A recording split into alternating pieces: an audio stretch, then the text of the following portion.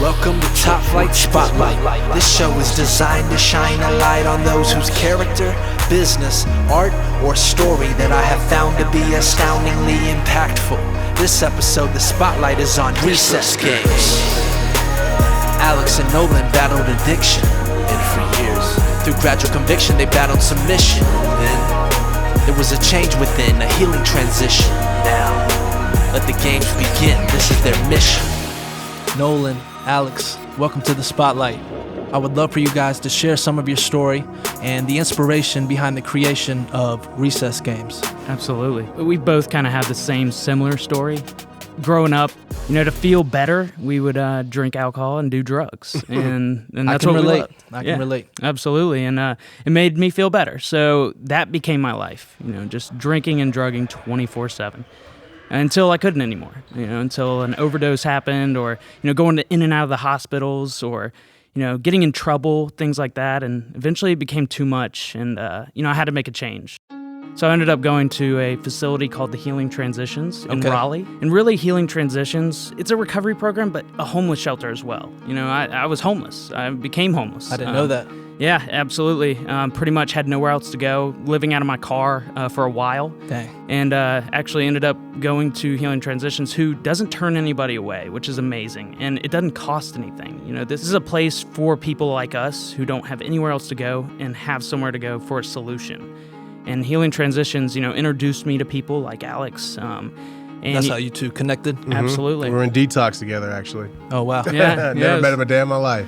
Dang. Crazy. It's wild. And I really believe God plays a huge part in everybody's life. Yeah, and, I believe that. And I believe that He connected us first day we were there. And since that day, we went through the entire program, and it taught us how to be sober and how to live life, without getting drunk or high. And while we were there, we were wondering, like, okay, yeah, we understand, you got to stay sober in order to be a good person, because we are alcoholics and addicts, and we don't know how to, drink and just be normal. We don't know how to do that. When we drink, bad things happen. So we know we got to stay sober. It's hard to make wise choices when you're under the influence. Exactly. Oh, yeah. Exactly. We just didn't know how to stop. So once we figured out how to stop drinking and drugging, the question became, like, how are we just going to have fun in life?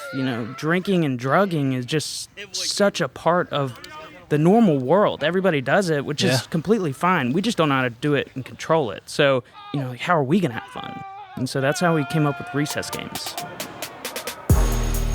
Recess games has helped me in recovery, mainly because, when you're coming off the streets, you're not doing a lot of things that you enjoy, You're doing a lot of grimy stuff, and this kind of brings me back to, like, positive, good things, It gets your body in shape, it gets your mind in shape. You make friends doing it too, and you got great people who come out and they support and they help, and I think that's the most important part, because the important part is fellowship, but, it's almost like a fellowship with athletics, so shout out Recess Games!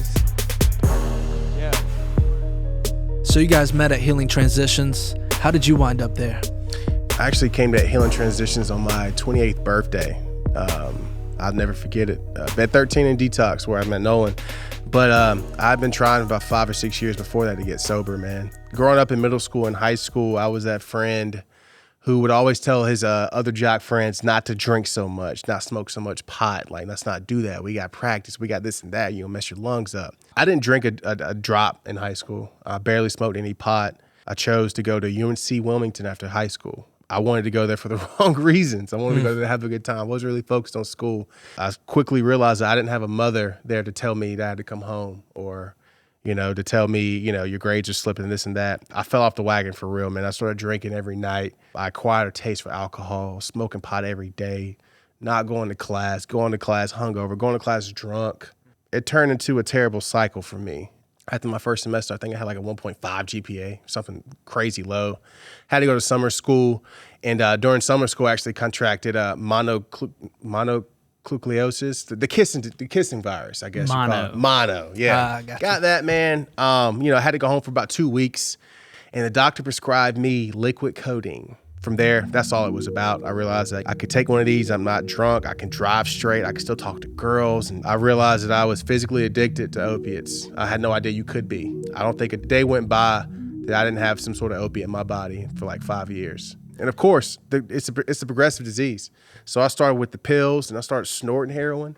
Then I was shooting heroin, man. And in that journey, I went to rehab like 6 or 7 times all over the country, all funded for by my parents. They got to a point where they said, you know what, we're not doing this anymore. Until you're ready, just let me know. And from there, I was living in my truck like no one was talking about.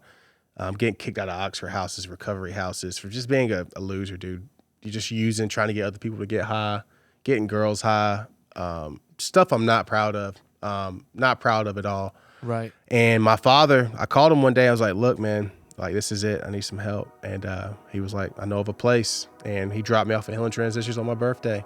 Wow, that's crazy. And one thing about me that helped me with my recovery is accountability. That's key. That's what Healing Transitions really feeds off of, is the way your peers hold you accountable. I've always been used to getting with the losers, getting with the guys I thought were cool, who wanted to continue getting high in rehabs and whatnot. Yeah. And I got with a group of guys who, they didn't think that was cool anymore. Nice. You know, and started holding me accountable for my behaviors and my attitude. And I hated it, but it worked. It really did, man. And, right. You know, yeah, I don't know, something stuck. And now I have almost 4 years clean and serene. And it's a beautiful thing. It really is. If you would have told me 5 years ago I would be sober today, I would have told you you're lying. No way. I have a 5-year-old son, and he comes out to our events. I'm happy to say, you know, my son has no memory of his dad being under the influence of any substance at all. Wow. That's incredible. Amazing to me. You know what I mean? Yeah. I take pride in that. As you should, man. And we want to touch as many lives as we possibly can. You know, a lot of the people that we put these events on for, especially people like Healing Transitions or any of these other homeless shelters, a lot of them have never had this type of fun in their entire life. Yeah. Wow. Just imagine growing up with either no parents and then having nobody to show you how to have fun, sports, anything like that, and then going your whole life doing drugs for fun because that's what you knew. Maybe you grew up in a house that smoked crack all the time, or maybe you grew up in the foster system and you get out and you're just hanging out with people that are doing bad things. And so that's all you do your entire life till you're 50, 60, 70. And so then we come out to an event where they're playing tug of war or sack races or anything like that, and these people are amazed at how much fun they're having without drinking or drugging. They just couldn't believe that it's happening.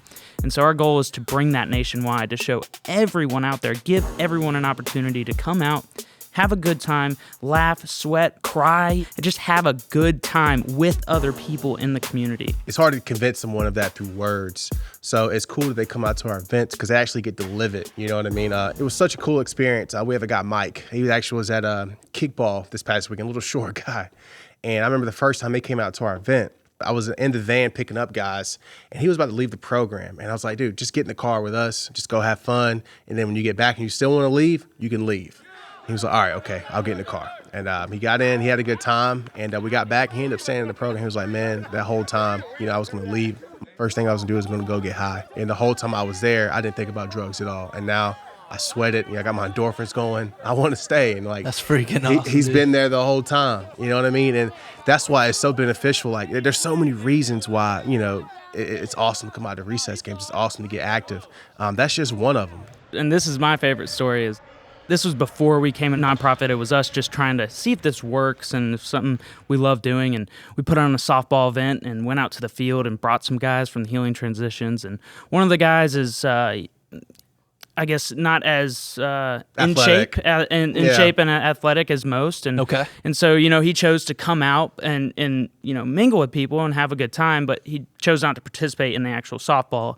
And so he sat on the sidelines and pulled out a canvas and started painting over there. And, you know, a few people noticed that and went over to him and saw the painting, and it's an amazing painting. He has a serious talent, and you know, he never told anybody about this, or this was just something he did on the side. Most of his life he's smoking crack and doing all these other things, so you know, painting didn't really matter. But while he was there, that's what he was doing, and the people that saw it really loved the painting so much that they got his information, and now he's selling these paintings. Wow. Yeah. So that really does happen. You know, him coming out and just being there didn't have to participate, but being there, meeting people in the local community, he was able to show off his talent, and now he's painting for people and doing what he loves. So that's incredible. Still to this day. Yep. So how can people find out about upcoming events, and how can they be a part of Recess Games? If you check our Instagram handle, Recess Games USA, you're going to see a calendar of all of our events, flyers, but they're usually Saturdays 2 to 4.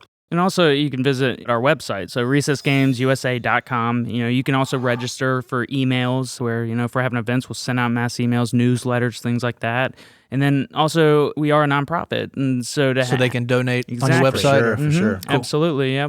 There's a big donate button. We can't do these events without donations. Every donation is definitely welcome, so we can provide this to people. But yeah, check out our website, Instagram, Facebook, things like that.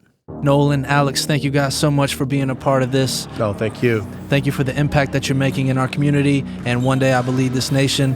I have a lot of respect for you guys. Yeah, that's beautiful. Thank you for man. saying that. I really do. I appreciate that. And we feel the same way about you. This whole podcast, putting the spotlight on people doing good in the community, and we just believe being a good person is, what everyone should strive for. And just do the next right thing. It's really that simple. And, we're human. We're all going to mess up, and we can't always be good 24/7. But the more each person can look towards to how can I just do better each and every day, we just create a better world. And, that's our vision, and that's your vision, which is amazing. And you inspire us for sure. Yeah, Absolutely. man. Thank you guys for tuning in to Top Flight Spotlight. Stay tuned to see who we highlight next. Kill the lights. It's my hope that this show would inspire us all to utilize our social platforms for more than just documenting our own personal journeys. Together, let's highlight the people that have helped us along the way. Fly with the fleet.